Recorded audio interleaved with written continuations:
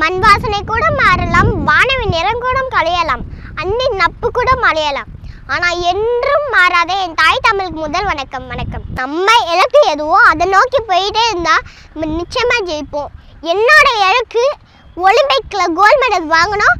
அதுவும் 2030 கண்டிப்பாக நான் ஒலிம்பிக்கில் கோல்டு மெடல் வாங்குவேன். எனக்கு அம்மா அப்பா அப்படின்னா அவங்களையும் எனக்கு ரொம்ப பிடிக்கும். ஆனால் என்னோட குருஜி அவங்களும் எனக்கு ரொம்ப ரொம்ப பிடிக்கும். பெண்ணாக பிறந்த எல்லாருமே சாதினது தான். இந்த பெண்ணாக பிறந்த அந்த கழிப்பாலாலையும் பாலியலாலையும் இறந்த இந்த சகோதரிகளுக்கெல்லாம் நான் இதை டெடிகேட் பண்ணுறேன். இந்த கொரோனாவில் எல்லாரும் பாதிக்கப்பட்டிருக்காங்க, அவங்களெல்லாம் காப்பாற்றின பிரஸ், சிஸ்டர்ஸ், டாக்டர்ஸ், சுகாதார பணிகள், போலீஸ், இவங்க 5 பேருக்கும் நான் இதை டெடிகேட் பண்ணுறேன்.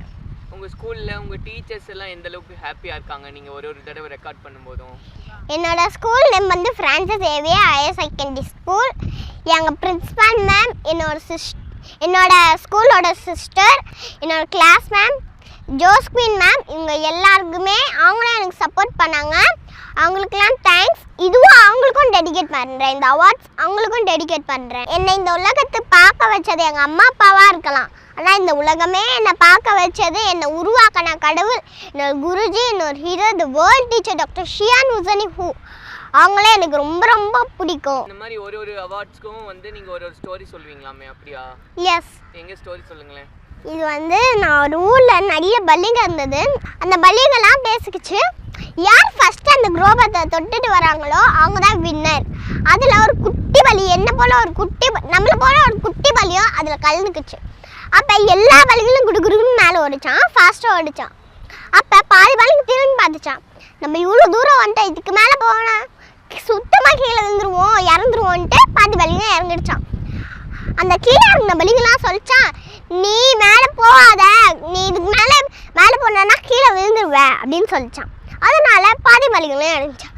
ஆனால் ஒரே ஒரு குட்டி பள்ளி மட்டும் நம்மளை போல மேலே போய்கிட்டே இருந்துச்சான். அப்போ கீழே இருக்க பாதி பள்ளிங்க சொல்லிச்சான், இந்த பள்ளிக்கு காது கேட்காதா, நாங்கள் எவ்வளோ தூரம் சொல்கிறோம், அது மேலே போயிட்டே இருக்குப்ப, இது கீழே இருந்து கால் கையெல்லாம் உடச்சிக்கினா தான் அடங்கும் அப்படின்னு சொல்லிச்சான்.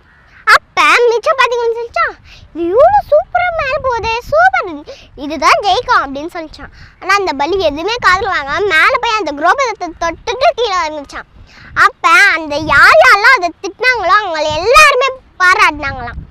அதுக்கு பாராட்டி முடித்தோடனே அதோட அண்ணன் பலி சொல்லிச்சான், இந்த பலிக்கு சுத்தமாக காது கேட்காது, அதனால் நீங்கள் சொன்னதும் கேட்டிருக்காது அப்படின்னு சொல்லிச்சான். நம்மளாம் அந்த பள்ளி போல் காது கேட்காம நம்ம இலக்கு எதுவோ அதை நோக்கி போயிட்டே இருந்தால் நம்ம நிச்சயமாக ஜெயிப்போம். என்னோட இலக்கு ஒலிம்பிக்கில் கோல்டு மெடல் வாங்கணும். அதுவும் 2030 கண்டிப்பாக நான் ஒலிம்பிக்கில் கோல்டு மெடல் வாங்குவேன்.